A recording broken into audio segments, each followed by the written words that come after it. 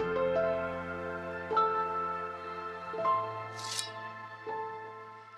right, welcome to Psycho Sunday number 1 with Vanquished Trading. My name's Mike. We got I'm Andrew. Andrew here. But the goal of these 10-minute or so sessions is essentially going to be to dial in one aspect of trading that we're going to do a mini deep dive into, and then really just help you guys line up your week and help you guys get in the right mindset for your week. But today's topic, it's just one word, and that's expectations. But Andrew, what comes to your mind when you think of expectations in trading? So, a lot of things come to mind when I think of expectations in trading. One of the biggest things I think is with P&L and just how impactful expectations can be with P&L, both in a positive and a negative way, right? So, let's take a look at it from the negative aspect. With P&L, if you have certain expectations, let's say for the week, let's say I expect $5,000 for the week, right? Pretty lofty target profit, potentially, right? Depending on how many contracts I'm trading, blah, blah, blah. But let's say I expect $5,000. So maybe I'm shooting for $1,000 a day, right? Yep. Split it up, $1,000 every day. Monday rolls around. I have a terrible day on Monday. I lose $400. Now what? Well, then that's going to line you up for a pretty rough week. I mean, you now have to make $5,400 from what you kind of programmed your brain to think. Exactly. This whole weekend you spent Saturday and Sunday, man, if I can just average $1,000 a day, It's all it takes. I'll Just make 1,000 a day. Yeah, I'll make 5,000 freaking dollars next week. Wow. That's fantastic. Oh, you lost 400 to start at the week? Now you have 4 days to make $5,400. Yeah.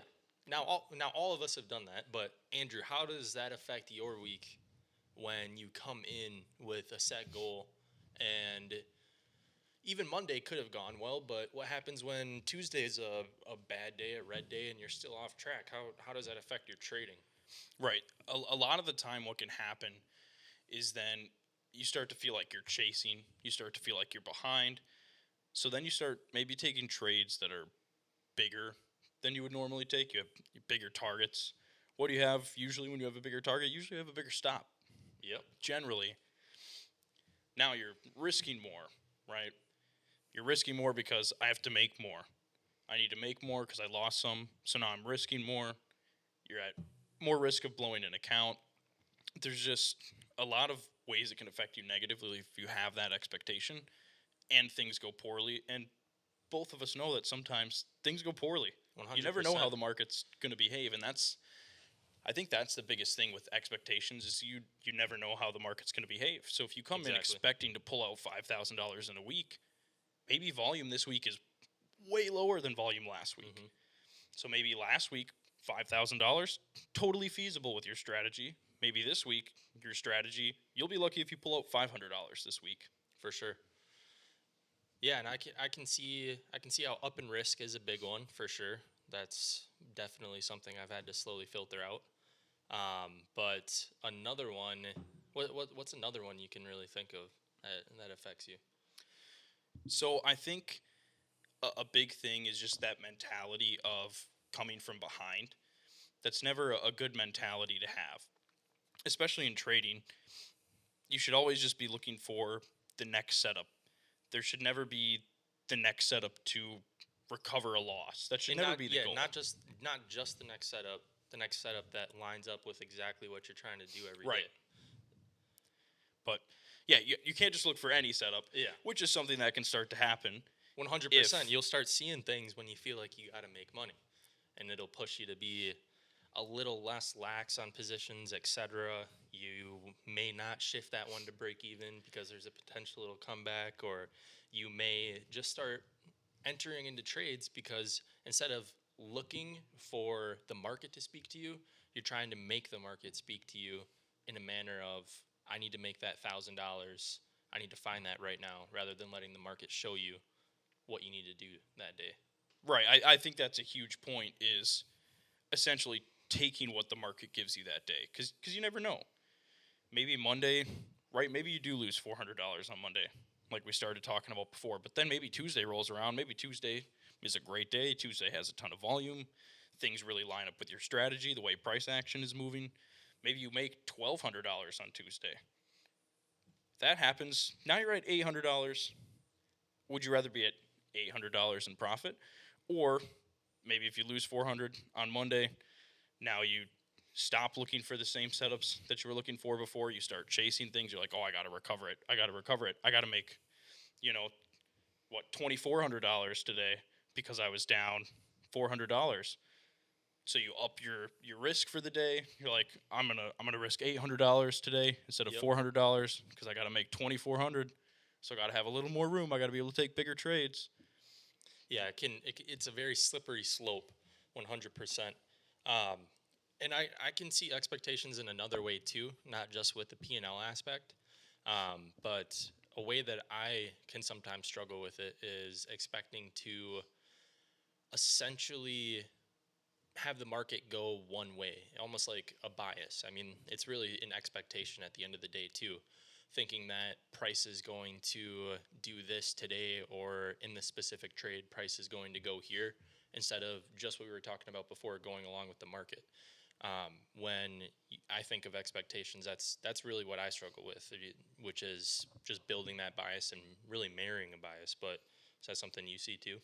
Yeah, 100%. And I think from what we've talked about, that really lines up well with the strategy you've been using lately for trading is very based on not being married to a bias, For and sure. really just focusing on what's happening in the market at the present time, which is a big reason why, from my understanding at least, you don't really believe in things like indicators and certain strategies that maybe other people like to follow or teach. Yeah, 100%. Not going to name anything, but So to give a little context, the way that I trade is it's pretty short scalps, and what I'm trying to focus on is doing exactly what the market's doing right now. So if it's bullish, I'm just trying to take buys. Bearish, I'm just trying to take sells.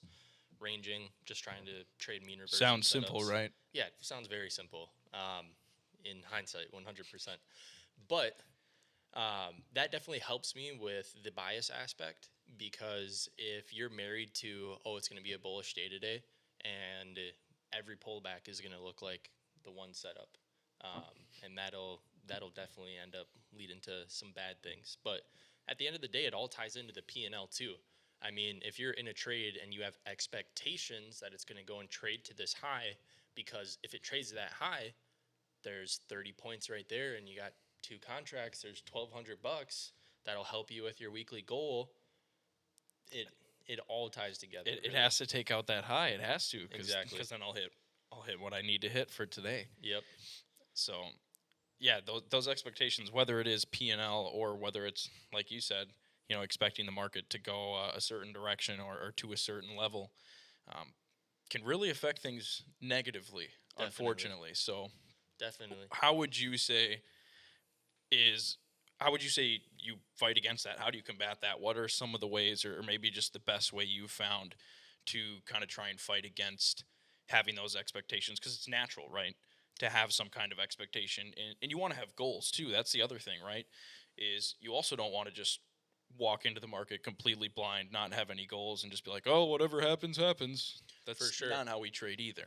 So how I have been trying to trade, or my kind of ideology behind trading recently that I think has been helping me, is instead of focusing on, I want to make X this week or this month, all that I'm really focused on right now is every single day following my plan, trying to do my best, and understanding that if I can learn from today, I can most likely have a better tomorrow. So instead of having the aspect of, I need to make X by X, I have the mindset that if I follow my plan right now, I put those things to the side, those days are going to start coming, and they're going to come a lot faster and a lot harder.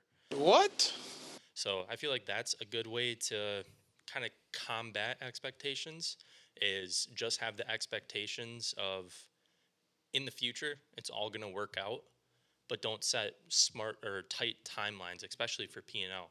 You just got to have the expectations that you're going to be successful at this. You are going to make a lot of money in this, but you really can't tie it into a day or a week thing. That's why I don't necessarily like specific profit targets. I don't really like chasing a profit target. I just kind of like going about my day. If I'm feeling like calling it quits or I want to push for more, I can do that. Because then at the end of the day, I can learn from that decision of maybe I pushed it a little too hard or maybe I didn't push it enough, etc. So that's kind of how I'm combating it. How do you think you're combating it right now? Yeah, so I would say, like we talked about, for me, my issues more so have come from, expectations on the P&L side rather than expecting the market to go to a certain level. So for me, it's really been actually sitting back and thinking, okay, why do I want this certain P&L level to begin with? Why am I expecting this to start out with? And then Tie it to your outside life. Right, exactly, because that's the thing is a lot of these issues that show up in trading aren't just trading issues; they're issues that show up across the board in life. So, kind of taking a step back and realizing why do I have this certain expectation, and then also at the same time, when that expectation isn't met, why is that sometimes such an issue for me? Because sometimes in life your expectations aren't met, and that's fine. Most You of have the to time learn. they won't be met. Right, that's the thing, and you have to be fine with that, which is a huge part of trading. You have to become okay with losing. You have to become okay with your expectations not being met. Well, guess what? If you don't have any expectations to begin with, then you can't be disappointed when they aren't met. So, obviously, it's impossible to completely get rid of any expectations, For sure. but really trying to focus on, like I said, taking a step back from why do I necessarily want this certain P&L and kind of, trying to detach myself from trading. Um, I actually didn't trade today, which, in the past is something that probably would have caused me a little bit of emotional turmoil, you could say. Um, but even becoming okay with that, just kind of becoming, a little more detached and understanding that, it's just a part of life and not everything in life. So you don't have to have this certain expectation. If the certain expectation isn't met either, that's okay, because at the end of the day, it's just a part of life. It's not the all encompassing whether, if I reach this certain P&L level, I'm happy. If I don't, I'm sad. If that's how you're approaching trading, right? If you go about the rest of your day after your session, after a red session, and the rest of your day is bad because of your red session, You'll never be successful. you need to take a step back Yeah. and reanalyze things, because that's just not the way things should be. The rest of your day should be the same, whether it's green or red. Yeah. If anything, a red day should just be motivation to be better instead of a kick in the butt and chasing that loss and letting it compound into worse and worse problems.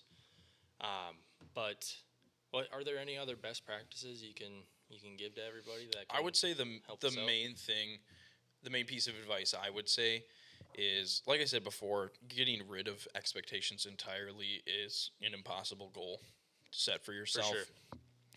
But at least if you start to notice yourself having a certain expectation, whether it's for P&L or the market going to a certain level, taking out a certain high, taking out a certain low, if you start to notice yourself having those expectations, try and take a look at why you have those expectations, and then is there any valid reasoning behind why you have those For expectations? sure. Because sometimes there is, right? Sometimes there is valid reasoning behind those expectations.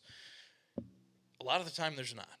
For sure. And a good way to go about that is, you know, let's say you just got to think about it very proactively. So let's say it's Sunday night and you're kind of thinking about your week. Let's say maybe you did some back testing, you reviewed some sessions, and you just got to be conscious of your mind, be conscious of your subconscious, really, of, if you start thinking, XYZ, what if I could do this? Well, I'm expecting to do this.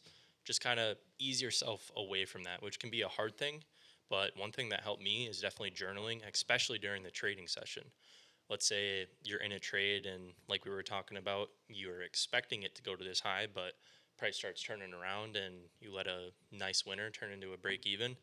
Document that, record that, and then go back and look at that same trade, watch that same session, and just kind of ingrain it. And you'll start to recognize it more proactively. So when you're in that trade, instead of just sitting there with those big expectations, you might catch yourself in the act and then be able to adjust in the time. And then over time, I mean, I can see it already. I'm sure you can see it as well.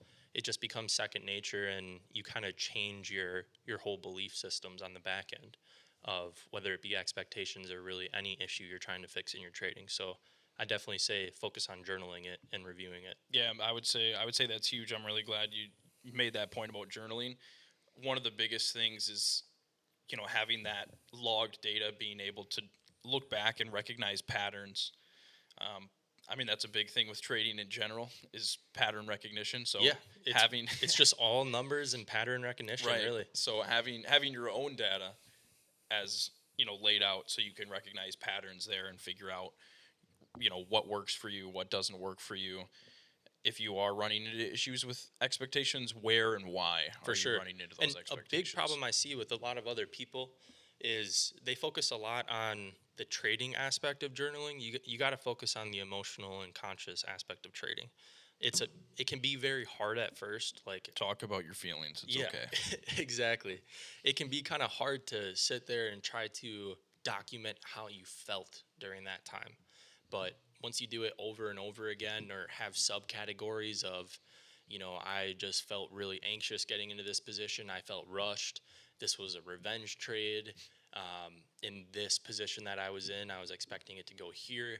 And I married that bias. Just start documenting those things, and I guarantee you will find patterns. And then all it is focusing next week on limiting your expectations of going to a high and maybe taking smaller profit targets, and then you move on to the next problem. That's really all that trading is. It's just slow mastery of yourself, skill by skill. Slow. I'm glad you said slow, because I was just going to make the point of don't expect massive changes overnight either. You mean I can't turn like $100 into $1 million in 6 months like some traders? Technically, it's possible. I think it was more like 4 months, but Yeah. Well, no, you can't. You on won't. MetaTrader 5 too. You won't do it. You're not going to do it. I bet you won't.